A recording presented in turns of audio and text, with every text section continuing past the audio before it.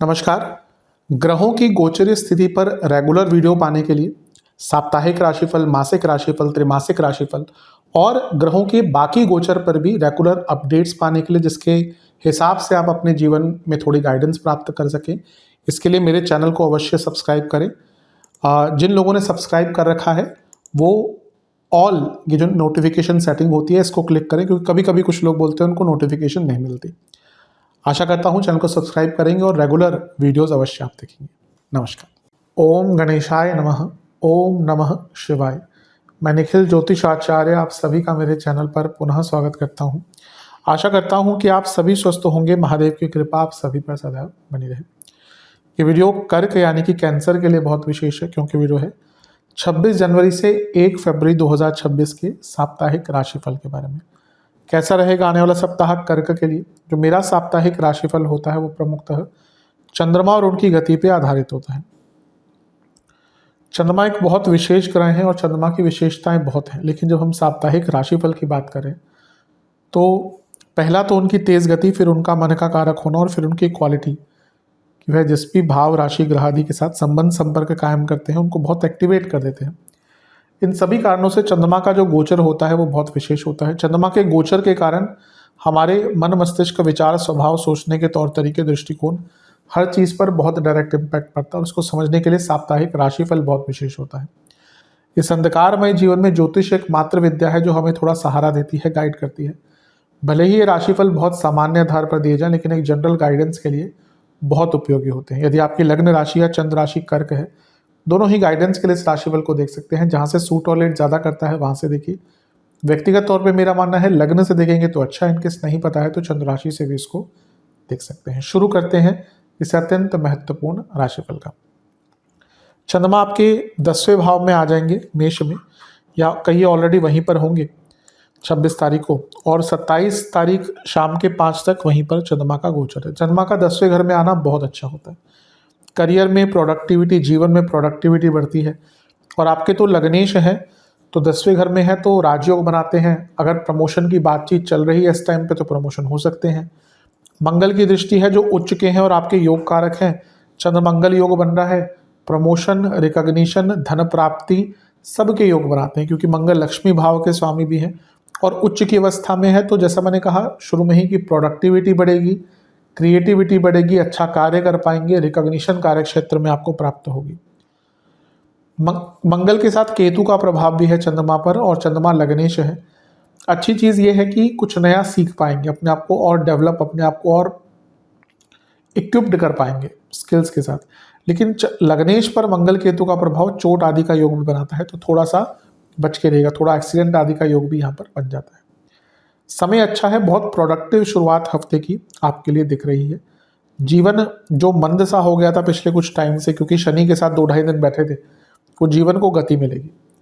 नवांश कुंडली बता रही है कि चीज़ें, जैसे इंग्लिश में कहते हैं, things will fall into place, यानी कि जो कार्य नहीं अटक रहे थे वो बनना शुरू हो जाएंगे। एकदम आराम से चीज़ें सेटल होना शुरू हो जाएंगी। दशांश कुंडली कार्य क्षेत्र में सब सही है, लेकिन थोड़ा इन्वॉल्वमेंट दिखाइए। बिजनेस,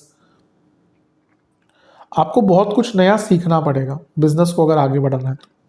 रिसर्च पर ध्यान दीजिए। लव लाइफ, पुरानी चीज़ों में मत जाइए। अभी ऐसा लगता है कि बस पुरानी बातें ही डिस्कस होती रहती हैं, इसलिए परेशानी भी बढ़ती रहती है।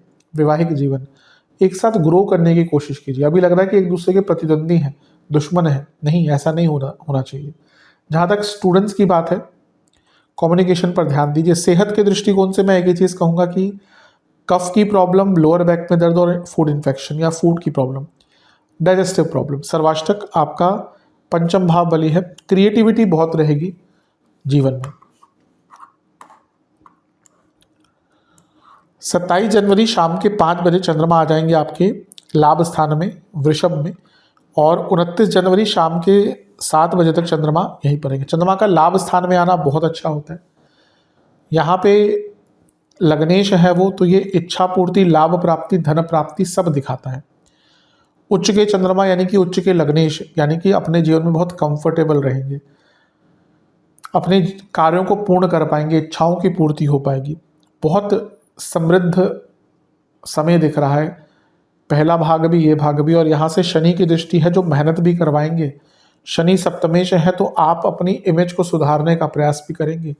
उच्च के चंद्रमा जब पंचम को देखेंगे तो लक्ष्मी स्थान 11वें भाव का कनेक्शन हुआ, यानी कि धन कमाने की अपॉर्चुनिटीज, आइडियाज और एक बहुत क्रिएटिव और प्रोडक्टिव सोच आपकी रहेगी। ये भी बहुत अच्छा दिख रहा है। बस ये है कि शनि तो शनि है तो विषदोष है, थोड़ा कभी कभी ना डिस्कंटेंटमेंट आ जाता है, लेकिन टाइम बहुत अच्छा है। नवांश कुंडली बता रही है कि बहुत समृद्ध और बहुत सकारात्मक टाइम है। दशांश कुंडली कार्य क्षेत्र में थोड़ा सा अपने आप भी कार्य संभालना शुरू कर दीजिए। ऐसा लगता है कि आपको थोड़ी अथॉरिटी कहिए या लेट्स से कि लीडरशिप क्वालिटी दिखानी पड़ेगी। बिजनेस में अच्छा है, सब अच्छा टाइम दिख रहा है। लव लाइफ डिटर्मिनेशन नहीं है चीज़ों को ठीक करने का। एक बार खराब हो जाती चीज़ें तो कोई ठीक नहीं करता, ये प्रयास आपको ही करना पड़ेगा। वैवाहिक जीवन एक दूसरे को अपना मित्र मानकर आगे बढ़िए, मैत्री संबंध बढ़ाइए। फिर से कहूँगा स्टूडेंट्स, शांत रहिए, पेशेंस रहिए, मेडिटेशन कीजिए। सेहत के दृष्टिकोण से बीपी की प्रॉब्लम, कफ की प्रॉब्लम रहेगी, इन्फ्लामेशन रहेगा, नसों की प्रॉब्लम रहेगी। सर्वाष्टक में आपका पंचम भाव बली है। ये अपने आप में अंकित करता है कि चंद्रमा का प्रभाव भी है पंचम पर, कि बहुत बड़ा कुछ लाभ या ऐसी कोई बुनियाद रखी जा सकती है यहाँ पर जो आपके जीवन को आगे चलकर बहुत सफलता देगी। अच्छा टाइम है। 29 जनवरी शाम के 7 बजे चंद्रमा आ जाएंगे आपके 12वें घर में यानी कि मिथुन में, और 31 जनवरी शाम के 8 बजे तक यहीं पर रहेंगे। चंद्रमा का 12वें घर में आना एक प्रकार से काफ़ी अच्छा नहीं माना जाता। हाँ, यहाँ पर यह है कि वो विपरीत राजयोग बनाते गुरु के साथ बैठेंगे, और चंद्रमा लग्नेश है तो आपके विदेश संबंधित लीगल कोई कार्य अटक रहे थे पूर्ण हो सकते हैं, कोई पैसा फंसा हुआ था आ सकता है, कोई डिजीज़ रिकवर नहीं हो पा रही थी या कोई डिजीज़ का डायग्नोसिस या ट्रीटमेंट नहीं मिल पा रहा था, वो हो जाएगा। राहु का प्रभाव भी और चंद्रमा 12वें घर में है, विदेश में रहते हैं ऑलरेडी तो बहुत लाभ मिलेगा। लेट्स से कि आपका वीज़ा रिजेक्ट हो गया था, आपको दोबारा अप्लाई करना है तो भी अच्छा टाइम है। और गुप्त धन की वृद्धि और कुछ आध्यात्मिक दृष्टिकोण से भी कुछ नया समझने का मौका मिलेगा। सब अच्छा है, लेकिन लग्नेश 12वें घर में खर्चे बहुत करवाते हैं और सेहत भी बिगाड़ते हैं। पहले कुछ रोग चल रहा था उससे निकल सकते हैं, लेकिन कुछ नए रोग आपको तंग करेंगे। नवांश कुंडली थोड़ा अवेयर रहिए आसपास क्या चल रहा है, क्योंकि ऐसा लगता है कि अवेयरनेस की आपके मन में या आपके जीवन में कमी है। दशांश कुंडली कार्य क्षेत्र में बहुत आराम से बातचीत कीजिएगा। बिजनेस में ना चीज़ों को ग्रेसफुली हैंडल करना सीखिए। अभी लगता है कि प्रॉब्लम अगर कोई आती है ना, आप बहुत अटपटे तरीके से उसको संभालते हैं। नहीं, बिजनेस अगर लॉन्ग टर्म करना है you have to be graceful. Love life शांत रहिए, शांत स्वभाव रखिए। वैवाहिक जीवन अगर बहुत दिक्कत चल रही है तो चीज़ों को सुलझाया जा सकता है। स्टूडेंट्स प्रॉस्पेरिटी, प्रॉस्परस, बहुत अच्छा टाइम दिख रहा है। ध्यान बस थोड़ा सा रखिएगा, मतलब कि फोकस रखिएगा। बहुत अच्छा टाइम है स्टूडेंट्स के लिए। सेहत के दृष्टिकोण से इन्फ्लामेशन, लिवर की प्रॉब्लम, डाइजेशन, स्लीप डिसऑर्डर। सर्वाष्टक में आपका पंचम भावी बली है। जो बच्चे स्टूडेंट्स विदेश जाना चाहते थे, बहुत अच्छा टाइम है। 31 जनवरी शाम के 8 बजे चंद्रमा आ जाएंगे लग्न भाव में यानी कि कर्क में ही, और सप्ताह के अंत तक यहीं पर रहेंगे। चंद्रमा का लग्न में आना एक प्रकार से काफ़ी अच्छा माना जाता है। लग्नेश है ऑब्वियसली, तो लग्न में जब आएंगे तो राजयोग ही बनेगा। और ये हफ्ता वैसे ही अधिकतम जो चंद्रमा का गोचर है 12वें घर को छोड़कर अच्छा ही रहा है। यहाँ पर बहुत सारे ग्रहों का प्रभाव है, ये थोड़ा कभी कभी नेगेटिव हो जाता है। सूर्य की पूरी किरणें पड़ रही हैं तो पूर्णिमा योग है, और सूर्य धनेश है, धन योग उच्चतम कोटि का। पुनः चंद्र मंगल योग बन गया, मंगल योग कारक भी है। तो जो मैंने प्रोडक्टिविटी से स्टार्ट किया था प्रेडिक्शन, ये फिर से उसको तय कर रहा है कि ये हफ्ता आपका बहुत प्रोडक्टिव रहेगा। बुध का प्रभाव भी है जो आपके तीसरे घर के स्वामी हैं, तो अपने आप में वो क्षमता रहेगी कि कार्यों को आगे बढ़ाएं। और लाभ स्थान के स्वामी शुक्र का प्रभाव, और वो शुक्र चौथे घर के स्वामी भी है, यानी कि प्रॉपर्टी एसेट्स की वृद्धि, घर में किसी को प्रॉपर्टी का लाभ मिल सकता है। तो ये सारी ही चीज़ें बहुत अच्छी दिख रही हैं यहाँ पर। प्रॉब्लम क्या है कि इतने ग्रह जब भी लग्न पर प्रभाव या चंद्रमा पर प्रभाव डालते हैं थोड़ी दिक्कत आती है। और यहाँ पर मंगल का प्रभाव और सूर्य का प्रभाव यानी कि उग्रता, शुक्र का प्रभाव है जो कभी कभी व्यक्ति को बहुत लालची भी बना देते हैं क्योंकि वो लाभेश भी है। और बुध का प्रभाव है तो आप बहुत कोई गलत निर्णय ले सकते हैं, खर्चा आपका बहुत बढ़ सकता है, कई गलत जगहों पे खर्चा कर सकते हैं और कुछ ऐसा भी कर सकते हैं जिसके कारण आपकी इमेज थोड़ी खराब हो सकती है। तो इन सब चीज़ों पर ध्यान दीजिएगा। लेकिन ये हफ्ते का अंतिम भाग भी आपके लिए अच्छा ही दिख रहा है, बोले तो पूरा हफ्ता ही आपके लिए ठीक है।